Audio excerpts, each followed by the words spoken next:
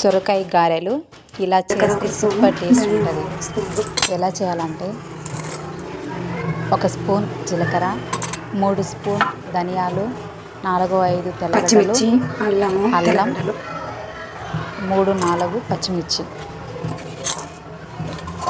బరకగా గ్రైండ్ చేసుకోండి. ఇలా ఇవన్నీ మళ్ళీ పెట్టుకోండి. బరకగా మిక్సీ పెట్టుకోండి. ఒక స్పూన్ జీలకర్ర, 3 స్పూన్లు ధనియాలు, 5-6 తెల్లగడ్డలు, కొంచెం అల్లం, పచ్చిమిర్చి, అంతే అండి. గ్రైండ్ చేసుకోండి. A few moments later. సొరకాయ గారెలు ఇలా చేసుకొని చాలా బాగుంటుంది. తురుముతున్నానండి. గింజలు ఏదైనా ఉంటే తీసుకోండి, నేను నేతది తీసుకున్నా.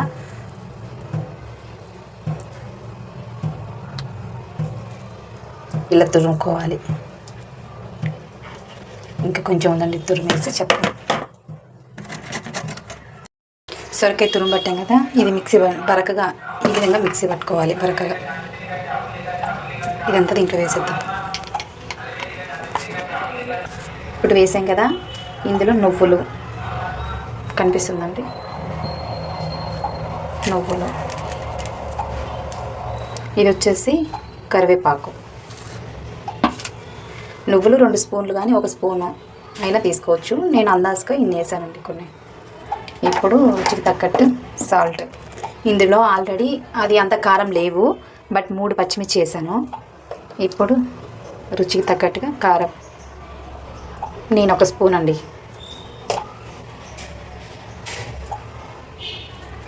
2 స్పూన్లు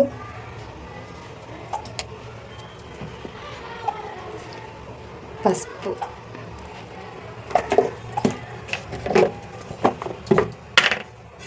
కొంచెం వేసుకోండి పసుపు.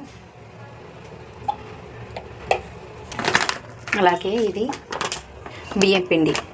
మీరు అందాజుగా ఎలా వేసుకోవాలంటే 1 కప్పు సొరకాయ తురుము అయితే 1 కప్పు బియ్యం పిండి వేసుకోండి. నేను ఏంటంటే అందాజుగా వేస్తున్నానండి, చపాతి పిండి లాగా రావాలి అలా, అందుకోసం నేను బియ్యం పిండి వేస్తున్నాను.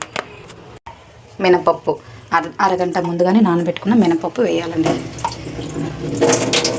నీళ్ళు వంపేస్తున్నా.